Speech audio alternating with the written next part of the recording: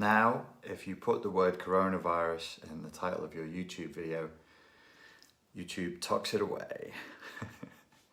But I'm going to do it anyway. I asked last week on the community, which is part of the YouTube channel. If you go to the main channel and look up community, I'll sometimes post stuff there. I'll post polls, I'll ask people questions. What I like to do sometimes is say, hey, what would you like a video on? And whichever suggestion gets the most upvotes, that's the video I do.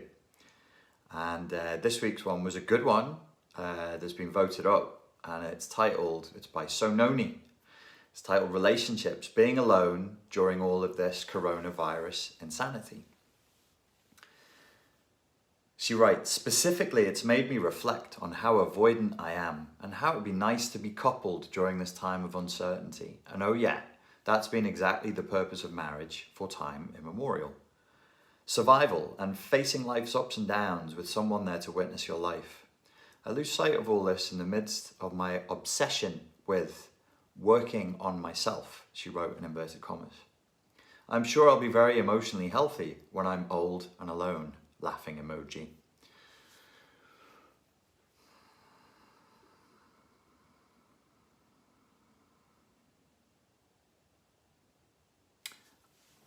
I'm not the first person to say this, to reflect on this, that what we're seeing with this thing and our response to this thing is it's highlighting, it's painful, right? And it sucks, and it's frightening, but it highlights in very, very stark relief where we are going wrong and where we have been going wrong for a while. And you can't divorce the coronavirus, which is just a virus, from the environment and the ecosystem and the human ecosystem in which it's taking place, because at the end of the day, we only care about us. If it was killing the Malayan pangolins or the Chinese bats, it would be, I don't even know if it would get anywhere in the paper, perhaps somewhere near the back. It would be in some nature paper for biologists, but we would not give a shit if a pandemic was killing the pangolins of Malaya. It's because it's hurting us that we care.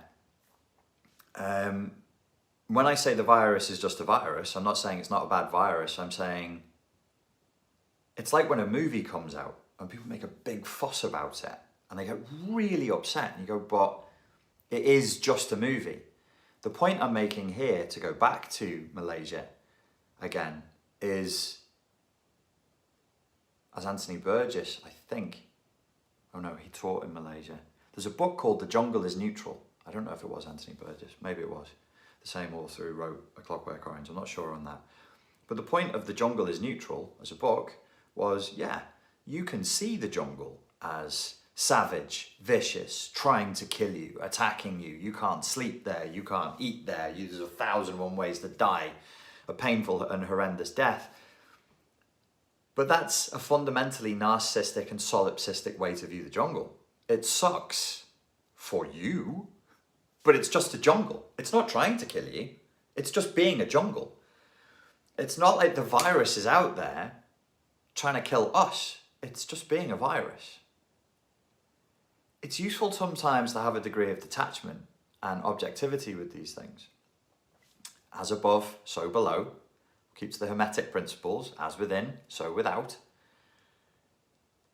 When we're talking about our relationships with each other and what we do in the face of trauma and what we do in the face of a pandemic and what we do in the face of a coronavirus, we can't divorce the virus from the ecosystem in which it takes place. Indeed, we're told, in order to defend ourselves against the multiplication of the number of infections of this virus, we should alter the functioning of the ecosystem. My point here is, don't try to divorce wood from trees and trees from forest. It's the same thing. You're feeling lonely. if you're single during the coronavirus and you find yourself feeling lonely, and then you start to reflect and you think, my God, the years are going by and I'm sat here avoiding relationships. This lady says specifically, it's made me reflect on how avoidant I am. Avoidant and literate in psychological speak, which is now, everybody will notice, becoming more and more mainstream. People are becoming much more psychologically literate. It used to be called psychobabble, but people don't call it psychobabble anymore. It's not a term I've heard very much of, and it's just words now. And you would think, well, if you're in psychology and you're helping people, you should be happy that they're using the lingo. And I would say, yes, I am, when it's being used for the purpose of authentic expression and communication and healing, but it very rarely is. The use of the language is there to avoid the pain. The use of the language is there to avoid the healing. We hide behind the lingo. We hide behind the acronyms. We signal, we virtue signal, we status signal to each other online via our complicated use of all of the terms that we've read online and in books and in research papers that describe the multiple nuanced intricacies of how the human mind, the human emotions can break down, and how we can identify it and treat these personality disorders as though they were viruses, as we posture like little children pretending to be doctors, dressing up in white coats with stethoscopes on, because the doctors are in control, right? They don't panic, do they? They don't show up on social media bleating and crying for likes and follows. They wouldn't do that because they're the adults. They wouldn't be trained by social media and technology to perform, to make a spectacle of themselves, so that they can do what? So that they can go viral. We live in a culture where the purpose of which now is to go viral. And what are people really sick with? They're sick with the sense of their own invisibility. They're sick with the sense of their own lack of significance. They're sick, anxious and depressed with the sense and the horror of their own lack of fame and celebrity. We're desperate to go viral. We're desperate to be a virus that infects other people's time and other people's attention. Very few of us anymore are desperate for love, but it's love that we really crave. And this is a great work that the devil has done, a great work that Shaitan has bespelled us with, beglamorized us with, bewitched us with. He, the Dark Lord, he who walks backwards, Baphomet, the Lord of the underworld. I'm being facetious for those of you who take everything I say super literally. He, the great deceiver, the snake, the tempter, has convinced us that what we need is fame. And fame is distant. Fame is out there. Fame is in the future. Fame is far away. Fame is our salvation. Fame allows us to get into heaven. Not faith, not prayer, not submission to the Almighty, but to go viral. Just 10 million more followers and St. Peter will let me in. And I'll transcend this world. I'll transcend the horror, the mediocrity, the boredom, the repetition, the disappointment, the sweaty back, the sore forehead, the indescribable pain in the hand that comes from nowhere and goes away at random intervals, bad breath, the queue at the bus stop, the necessity for checks, bank statements, gas bills. I'll transcend all of that and I'll go and live with Justin Bieber on a cloud with him in heaven.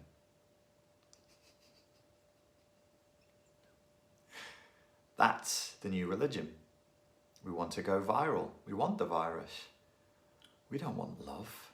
My God, if I have love, I'm trapped in this world. I'll never ascend to the other world, the world where only the celebrities can live. If I have love, I'll be stuck here with you, in mediocrity forever, what will we look forward to? We'll become fatter, more complacent, less interesting, less post-worthy as time goes by and our bodies deteriorate. Because the only thing that counts is likes and follows and visual stimulation and being sexy and being young and being energetic and travelling to faraway places that your friends can't afford just so that you can make them jealous, we would be condemning ourselves through our love to a slow death, together, trapped in a prison called a relationship. That was bleak. We don't live in an environment where intimacy can thrive. We've effectively created an environment that's anti-intimacy. We've created an anti-love environment, or rather, it has been created for us by the narcissistic, psychopathic, complex individuals who run things and who shape this world and who are determined to enslave us and dominate us and use us every moment that we are alive. Every moment that we breathe, they want us to pay them for it. And they've convinced us that we don't need love. They've convinced us that love is a poison. They've convinced us that intimacy will lock us in time and lock us out of the ascension into celebratory heaven, which we can only get to through going viral and through getting likes and follows. And so, don't feel bad that you're avoidant. Because if you're in an environment that is antagonistic to love and intimacy, when you encounter potential partners in that environment, don't be surprised if they treat you with a strange level of aggression, hostility, mixed signals, deception. They have an extremely emotionally dysregulated stance to life, to you, to love. They have no role models. Their parents were divorced. Their parents were shagging and having affairs and lying and doing all kinds. Your parents were, my parents were. There are no adults here. And love, true love, intimate love that lasts and endures can only occur between two adults. I'm going to say something unpopular. I'm going to say something nobody wants to hear, but we don't get it. We don't get it. It's as simple as that. If you don't have a moral system, if you don't have a value system, why should you get love? If you're and I'm not saying ask her this question that you are, but if you are, and I am, and we are, selfish, thin-skinned, entitled, greedy, narcissistic pieces of shit who don't care about anything, anyone, or any other creature than ourselves, why should we be given the gift of love? Why should that be part of our reality? Why should we seek and ever fail to find the perfect relationship? The way people talk about it, it's insane. We talk about it like it's the perfect holiday, the perfect 5-star trip to Bali, the perfect consumable item. It's totally fucking juvenile. And the map, the model that we're applying to it doesn't work. It can't work. Because you're trying to reduce another human being to a consumable product, to a service and to an experience. And it will never happen. And you know, so Noni, who's asked this question, you know in the depths of your being that when you encounter somebody who's a potential mate, that they will try to treat you the same way. Not because they want to, not because they have a personality disorder. It's got nothing to do with the individual. The sickness is in the group. The sickness, the virus, the pandemic of narcissism is in the group. It's not in the individual. How can the individual be unhealthy when every single other person around him is infected? He can't. She can't. That's just a statistical impossibility. We're herd animals. I didn't find the term herd immunity offensive. How incredibly thin-skinned and narcissistic we are. People were jumping up and down because Boris Johnson said herd immunity. So it got changed to community immunity. Oh, please, get over yourselves. Herd immunity is fine. We're mammals. We move in packs. We move in herds. We needed herd immunity. Community immunity, shove it up your arse. But I digress. Oh, I don't really. Actually, that's part of the point. That's part of the problem. We make a big fuss over small patches of intellectual territory. And that's what we fight over. We fight over nonsense. We fight over completely insignificant things. Meanwhile, we let love die. The very thing that we want, and the very thing that we crave the most, and the very thing that would cure the sickness inside of us. The sickness is hunger. The sickness is a hunger, and it's a hunger to be seen. But you're in an environment where everybody's got their heads stuck in their fucking phones, dreaming of an alternate reality that they want to ascend to, which is the new heaven, which is probably somewhere in the hills of Santa Monica or somewhere around there. It's heaven. There's just that, you've got to get inside that gated community. I want to go in that gated community. Brad Pitt's got a house there.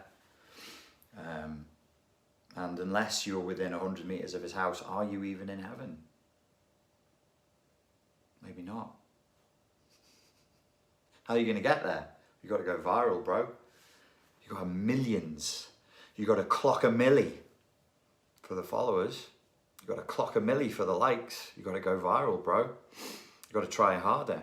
You've got to film yourself more. You've got to put yourself out there more. That's the only way to get the subscribers. Once you've got the subscribers and the views and the followers, then you can ascend. It's all horse shit.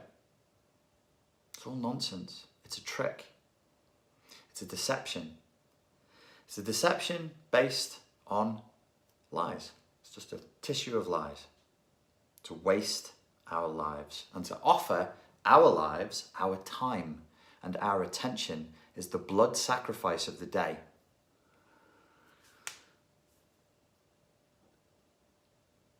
I kind of was hoping that people would just get that.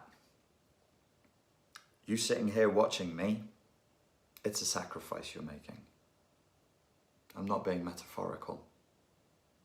You'll never get this time back. It's gone. No matter how much money you make, no matter how many followers you get, the last 17 minutes and 10 seconds are gone and they're gone forever. And that's the truth. You're offering me your time and your attention, and I am genuinely grateful because it is a sacrifice of that. One of the most precious things you have. It's irretrievable. Can we offer each other time and attention? No, we don't have the muscles for it. Those muscles are atrophied now. We don't have the patience. We don't have the impulse control. You're not stimulating enough. You don't agree to a nicety with my political views. I can't bear that. I have no resilience to bear the idea that you wouldn't agree exactly with my musical tastes, my political stance, my views on religion and spirituality. In fact, if you disagree with me, I'm going to attack you. In the depths of your being, I'm going to call you a bad person. That's the world we live in now. Where is the space here for love? We've pushed ourselves out into space. We're in a vacuum. We're in a place where no sound travels, nobody can breathe, and if you dare to open your fucking spacesuit for contact with another human being, you'll be dead inside of seconds. You will freeze within inside of seconds, and inside of a minute, something horrible will happen with the oxygen in your body, in your bubble. You leave a really minging corpse. Don't feel bad that you're avoidant. It's an anti-intimacy environment in which this pandemic is spreading. And what are they telling us to do? Diminish contact. Diminish contact. Stay away from each other. Stay on the internet. Diminish contact. That's what the coronavirus is offering us. It's an opportunity to see how fucking far we've gone in the wrong direction. So you probably wanted some advice on how to get into a relationship. Well, you say at the end, I lose sight, survival and facing life's ups and downs with someone there to witness your life. So you actually are self-aware enough to realize that what you're looking for is to be witnessed, which is not the worst thing imaginable, but be careful that you've been conditioned to just want to be seen, as though your life was a film and somebody needs to see it at all times. It's not the worst thing in the world, but it's a little bit narcissistic to recruit somebody to be a witness, you said, to my life. survival and facing life's ups and downs with someone there to witness your life. If that's all you want, maybe you should expand your desire for what you want. You didn't mention anything about wanting to witness their life, and you didn't say to share our life. You didn't say that in your question. It's not your fault. The sickness isn't in you. The sickness is in the environment. I lose sight of all this, the desire for a witness of my life, in the midst of my obsession with working on myself, which is self-obsession. In this day and age, we mask it as psychotherapy, we mask it as healing childhood trauma, we mask it as personal development. But fundamentally, if you're spending your time and your attention just looking at and talking about you and your trauma and your pain, ultimately your trauma, your pain, your life, your experiences, it's still you. You're spending all that time just talking about you. So there's a few things here that I would look to reverse or undo in the core belief system. You don't want to find somebody to witness your life. You don't want to find somebody to witness their life. Fuck witnessing. Fuck it. It will be a shared experience and you just live it. You don't watch it. You don't disassociate from it and watch it. You experience it firsthand in the present. You be present with that person and you accept that that's all there is. And you accept that that person will not allow you to transcend this reality. There is no transcending from this reality like that. There is no ascension. The perfect partner will not cause you to ascend from the irritations of this reality and the irritations of being you. Don't worry about that either. Everybody's bored of themselves, my God. A self is a boring thing. It's tedious being a person, utterly tedious. Utterly boring being a person because the ego, the self, is repetitive. It has no creative ability. You've got to hit your unconscious to get some creativity. You've got to be non-conscious, you've got to be non-ego to get creativity. So it's dull. The self is just, by definition almost, a personality is a series of repetitions. That's how you're identifiable. Oh, you're schizoid. Oh, you're narcissistic. Oh, you're introverted. Oh, you like fucking vanilla ice cream. Well, you wouldn't be able to do that if the person showed up as a different person every 5 seconds. Then you'd have to give them a different title. You'd be like, what the hell is this? Should we call them schizophrenic? Should we call them enlightened? Should we call them egoless?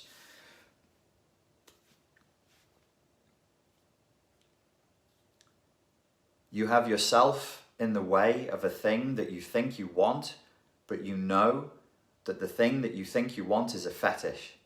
It's a way of dealing with your reality currently. So the structure you're living inside of now is like a donkey with a hat on, with a stick, with a carrot off the end of it.